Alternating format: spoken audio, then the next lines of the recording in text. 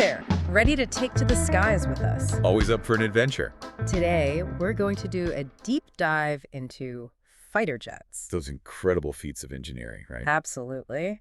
And for our flight plan today, we've got this awesome article, Top 10 Best Fighter Jets in the World in 2024. Oh, cool. I read that one, published back in June. Yeah. Like a snapshot of global air power. Exactly. What always gets me is how these machines, capture our imaginations. Is it the speed? Maybe. Or the power? Could be. Or maybe that cutting-edge tech? It seems ripped from a sci-fi flick sometimes. Right. But remember, it's not just cool gadgets we're talking about. It's the sharp end of a nation's defense, really. That's a good point. And how they've evolved over time. It tells a story about that constant race for a military edge. Okay, so this article ranks the top dogs, right? Yep. A top 10 countdown. That's right. Let's get into it. Number 10 is the Dassault Rafale, straight out of France. Oh, yeah, the Rafale. What makes it stand out to you? Well, what's fascinating here is that France decided to go it alone. Even though, initially they were part of the Eurofighter Typhoon project, they had a very specific vision. A jet that could operate from carriers, capable of carrying even nuclear weapons. Wow. So it's a real multi-role kind of platform. Oh, for sure. It's interesting, though. The article mentions it's a global sales success, especially with India and the UAE. Right. But within Europe itself, not so much. Any thoughts on why that is? Yeah, that's the million-dollar question. It could be a mix of things. Political alliances, differing defense strategies. Oh, makes sense. Maybe even budget constraints. I bet those sales negotiations get pretty intense. I bet they do. All right, moving up to number 9, we've got the Eurofighter Typhoon. This thing is known for, serious maneuverability, right? Oh, absolutely. Those Eurojet engines are beasts, delivering over 20,000 pounds of thrust when you kick in the afterburner. Whoa. It can switch from air to ground to intercept missions in a flash. So it's a real quick change artist, huh? You could say that. But it's not all brute force, though, right? Right. Tell me about the tech that makes this a true hunter in the sky. Well, one word. Pirate. Passive infrared air tracking equipment. Okay, break that down for me. This system, it lets the Typhoon lock onto targets without emitting any radar signals itself. Oh, wow. Imagine trying to hide when your enemy can see your heat, but you're blind to them. That's a huge advantage. That's the pirate advantage. Stealthy and deadly. Yep. At number 8, it's a name we all know. The Boeing Super Hornet FA-18EF, the U.S. Navy's go-to workhorse. Right. Now, this is a multitasker. Air-to-air combat, ground strikes, you name it. It does it all. And part of what makes it so effective is how it plays the stealth game. It's all about reducing your radar signature, making it tougher for the enemy to get a lock. So even a jet that's not, quote-unquote, fully stealthy can still benefit from some clever design choices. Exactly. And those design choices affect everything from the shape of the aircraft to the materials they use to build it. Makes sense. Now, at number 7, we've got a jet that's been in the headlines recently. The Sukhoi Su-35 from Russia. Yeah. What's the story there? The Su-35 has definitely seen some action in the Ukraine-Russia conflict. It has, yeah. It's got this incredible long-range detection system, the Urbz radar. We're talking spotting targets over 200 miles away. Wow. That's like seeing an enemy aircraft from, well, a very long distance away. That's a serious advantage in terms of, situational awareness, right? Huge. Speaking of impressive track records, coming in at number 6 is the Boeing Eagle II F-15EX. This platform is, ancient, isn't it? Over 50 years old and still kicking. Wow. And get this, it's never lost an air-to-air combat engagement. Talk about a legend. It really is. So how does a design that old stay relevant in a world of, hyper-advanced tech? It's all about upgrades. The F-15EX is the latest iteration. Okay. Packing cutting-edge radar, weapon systems, and electronics. In the world of fighter jets, standing still means you're, obsolete. Adapt or become a museum piece. All right, at number 5, we've got another Russian contender, the Sukhoi Su-57. This was meant to, rival the F-22. Right. That was the goal. They were aiming for stealth capabilities. Right. But then a 2018 crash during testing, it really threw a wrench in the works. Yeah, I bet that set the program back. It definitely raised concerns about the development timeline, the jet's overall reliability even. But Russia's still investing heavily in it with limited production underway. How it performs in actual combat, though, it's still a bit of a mystery. A mystery with a lot of firepower, that's for sure. Coming in at number 4, it's a newcomer to the scene. The KAI Borami, KF-21 Borami. a joint project between South Korea and Indonesia. Right. What's the story with this one? This is a really ambitious project, showcasing the growing aerospace ambitions of both countries. It's designed to bridge the gap between, 4.5 and 5th generation So they're fighters. aiming high. Oh, yeah. Yeah. Think ESA radar, stealth elements. They've clearly been studying the F-35 playbook. So they're aiming for the big leagues, but taking a sort of stepping stone approach. Exactly. And they've got plans for upgrades down the line, too, including internal weapons bays for even more stealth. This jet, it has the potential to be a major player in the Asia-Pacific region. Interesting. Okay, we're getting to the top three now. At number 3, we have a true icon, the Lockheed Martin Raptor F-22. Oh, yeah. This is the jet that really kicked off the stealth revolution. Even though it's over 20 years old, the F-22 is still considered one of the most advanced fighters out there. Its combination of stealth, maneuverability, and weapon systems makes it a force to be reckoned with. And the article mentions something really interesting, too. The U.S. considered the F-22, like, too advanced to export. To any country, right? Yeah. That's right. It was deemed such a strategic asset that they didn't want to risk any technology falling into the wrong hands. Gives you a sense of just how powerful this jet is. Absolutely. Makes you wonder what secrets are hidden within its design. Okay, at number 2, we have the Chengdu Mighty Dragon J-20, China's entry into the 5th generation fighter club. They're taking on the F-22 and Su-57 head-on with this one, huh? Absolutely. The J-20 marks China's arrival as a major power in fighter jet development. It's a sleek, powerful design with some unique features. There's even a two-seater variant specifically for drone control. Wait, drones controlled from a fighter jet? It's like a glimpse into the future of air combat. Science fiction is becoming reality, and fast. And finally, at the top of the list, we have the reigning champion, Drum roll, please. the Lockheed Martin Lightning II F-35. This one's been surrounded by controversy, hasn't it? Yeah. Huge cost overruns, development delays. But it seems like it's finally living up to the hype. It has, and then some. The F-35 is a technological marvel. It combines advanced stealth, sensor fusion, which we can delve into later, and a seriously powerful engine. During its very first red flag exercise, it achieved an astounding 20.1 kill ratio. Okay, 20 to 1. That's just ridiculous. What exactly makes it so dominant? It's a whole package. The F-35 can sneak up on targets undetected thanks to its stealth. Its sensor fusion gives the pilot incredible awareness of the battle space.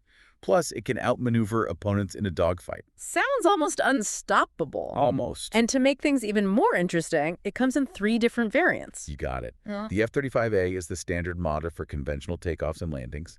Then there's the F-35B, capable of vertical takeoff and landing, perfect for smaller carriers or rough airstrips. Wow. And last but not least, the F-35C, designed specifically for carrier operations with larger wings and a reinforced landing gear to handle those tough landings at sea. So an F-35 for practically every occasion. Yeah. All right, we've covered the top 10. But this article also has some interesting FAQs that I think are worth exploring. For example, which fighter jet holds the record for most units produced? This one might surprise you. It's not one of these cutting-edge stealth monsters. It's the General Dynamics Fighting Falcon F-16. The F-16. Really? That's not exactly what I'd picture as the most successful. I know, right? It was initially designed as a lower-cost alternative to the F-15, but its versatility and capability really shone through. Over the years, it's been upgraded and modernized, becoming the most widely used fighter jet globally, Wow. with over 4,600 in service. That's an incredible legacy. Huh. And they're still making them today. They are. And get this, they're struggling to keep up with demand. There's a backlog of orders because of the F-16's, enduring popularity. Makes sense. Proven effectiveness. Okay, so on the opposite end of the spectrum, the article also mentions the most expensive fighter jet. Any guesses? I think we all know where this is going. The F-35 clocking in at a cool $177 million per unit. Oof. That's a hefty price tag. What contributes to such a high cost? It's a combination of factors, really. The F-35 is packed with bleeding-edge tech, which doesn't come cheap. Plus, recent inflation and lower production numbers have also driven up the cost. So even though it's insanely capable, it comes with a serious price tag. Absolutely. Right. But nations are willing to pay a premium for that level of technological advantage. Well, we've certainly covered a lot of ground, haven't we? From the top 10 fighter jets to the history of the F-16. It's clear that these machines represent the cutting edge of military tech. And we've only just scratched the surface. There's so much more to unpack about the technologies that power these airborne warriors. Which brings us to sensor fusion and AESA radar. Ah, yes. Two terms we've touched on but haven't really explored. Right, and those are crucial to understanding how modern air combat really works. Okay, so let's unpack those. Sensor fusion first. I'm picturing it like giving the pilot a superhuman sense of what's happening around them. That's a great analogy. Essentially, it's about taking data from all sorts of sources, radar, infrared, electronic warfare systems, and then weaving it all into one comprehensive picture of the battle space. No more relying on a single set of eyes. So you're not just looking at a blip on a radar screen anymore. Yep. You're getting a much richer understanding of the situation. You got it. But how does this play into stealth? I mean, if a jet is designed to be invisible to radar, how do you even detect it? Well, that's where sensor fusion gets really interesting. It helps to overcome the limitations of any single sensor. Take infrared, for example. It detects heat signatures, which even the stealthiest jets can't completely mask. Right. By combining that with other data, you can paint a much clearer picture of the enemy's position, even if they're trying to stay hidden. So it's like a high-tech game of hide and seek, with both sides constantly trying to outsmart each other. Exactly. It's an arms race where technology and tactics are constantly evolving. Okay, let's talk about that other buzzword, AESA radar.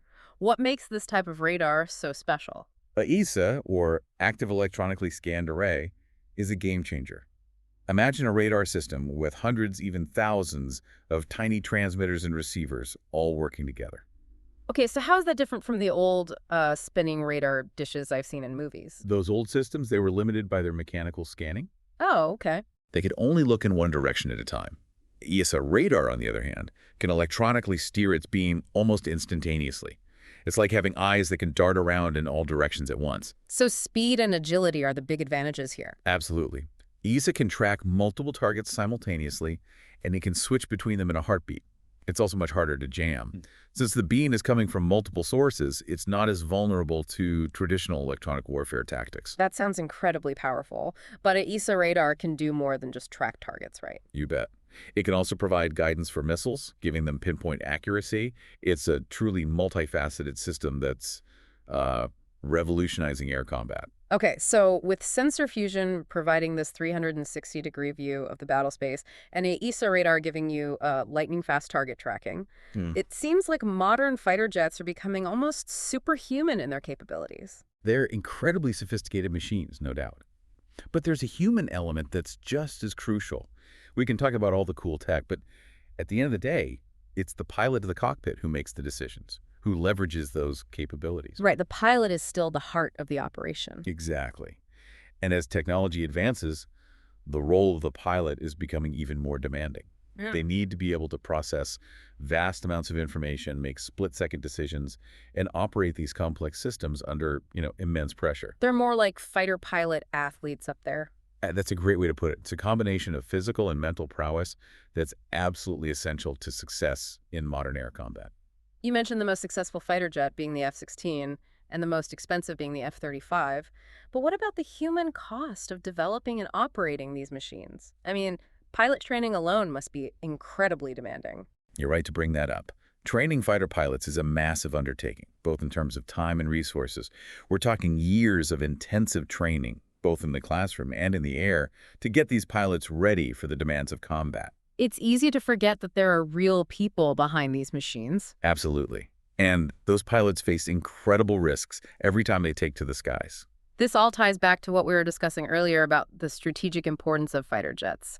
They're not just about cool technology or impressive specs. It's about the human stories, the dedication, the risks involved. It's about national security, global power dynamics, and the ever-present threat of conflict. Speaking of global dynamics, it's fascinating to see how the fighter jet landscape reflects the shifting balance of power in the world. We've got American jets, Russian jets, Chinese jets. It's a truly international competition. That's a great observation. And it highlights how technology is often intertwined with geopolitics. The development and deployment of fighter jets is about more than just military might. It's about national prestige, economic influence, and the pursuit of strategic advantage. It's like a high-stakes chess game being played out on a global scale. Exactly. And the moves in that game have real-world consequences. We talked about the U.S.'s decision to keep the F-22 all to themselves, but other countries are also playing the export game, right? Absolutely. The international sale of fighter jets is a huge business, and it's a way for countries to exert their influence to forge alliances. So the F-35 program, which involves multiple partner nations, is a good example of that, right? Right. It's a way to share the costs and benefits of developing these incredibly expensive and complex systems. Exactly. And as technology continues to advance, we're likely to see even more collaboration in the development and production of fighter jets. And that makes you wonder, what will become of these incredible machines in the future? What happens when the pilot isn't even in the cockpit anymore? It's a question that's on everyone's mind. The rise of unmanned systems, the advancements in artificial intelligence, they're all pointing toward a future where the role of the human pilot might change dramatically. It's both exciting and a little bit unsettling to think about, isn't it? I mean, we've always romanticized the image of the fighter pilot, the ace up in the sky. It's true. There's a certain mystique about the fighter pilot, the lone warrior pushing the limits of human skill and courage. But what happens when that human element is removed from the equation? Does something essential get lost? That's the big question, and there's no easy answer. On the one hand, you could argue that removing the human pilot makes warfare less risky, less prone to human error. But on the other hand, you lose that intuition, that ability to adapt to unexpected situations that ultimately makes a human pilot so valuable. Exactly. And there are ethical considerations as well. What happens when decisions about life and death are made by algorithms, not humans? It's a whole new set of challenges that we'll need to confront as technology continues to advance. Absolutely. Yeah. And it's a conversation that we need to be having now, not after the technology has already outpaced our ability to understand its implications.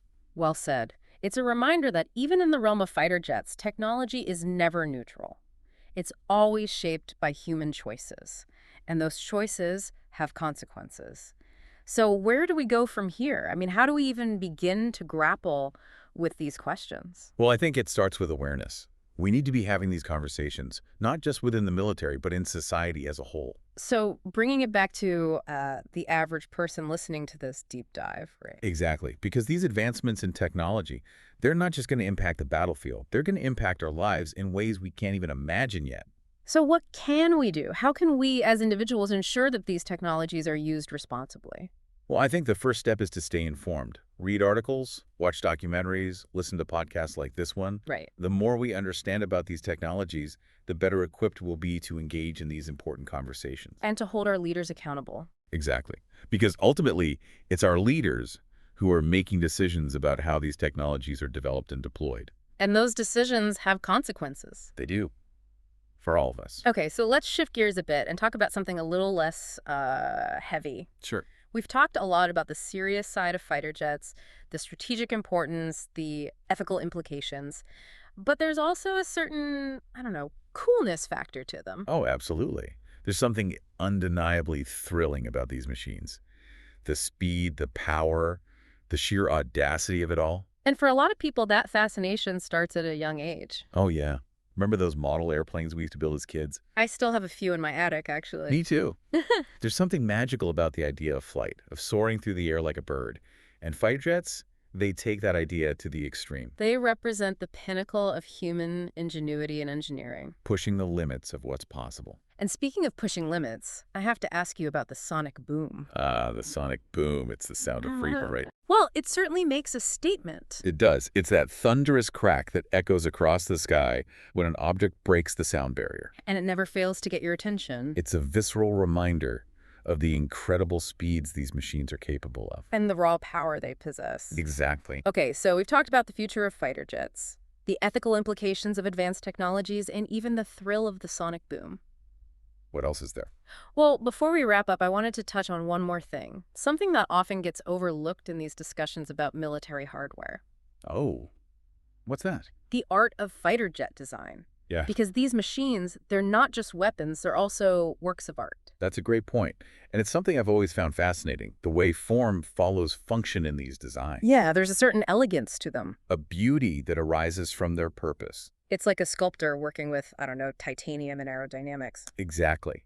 And every curve, every angle, it's all carefully considered. Not just for aesthetics, but for performance. To cheat the wind, to maximize speed, to make the impossible possible. It's really remarkable when you think about it. It is, and I think it speaks to the human desire to create, to innovate, to push the boundaries of what we believe is possible. And that desire, it's not limited to fighter jets. It's what drives us in all areas of human endeavor. Absolutely. Whether we're building skyscrapers, writing symphonies, or exploring the depths of space. It's that same spirit of creativity, of pushing beyond the limits. So as we wrap up this deep dive, let's take a moment to appreciate not just the technological marvels that fighter jets are, but also the artistic vision that goes into their creation. It's a reminder that even in the realm of warfare, there's still room for beauty and inspiration. And maybe that's a fitting place to end our deep dive. Yeah. We've covered a lot of ground today. From the top 10 fighter jets, the technology that drives them, the ethical questions they raise, to even the artistry of their design. It's been a fascinating journey. It really has, and I think it underscores something important. What's that? These machines, they're more than just pieces of metal. Right. They're symbols of human ingenuity, ambition, and our never-ending quest to push the boundaries of what's possible. Well said. So to everyone listening, thanks for joining us on this high-flying adventure. We hope you've enjoyed the ride. And maybe learned a thing or two along the way. Until next time, keep your eyes on the skies. And your minds open to the wonders of technology.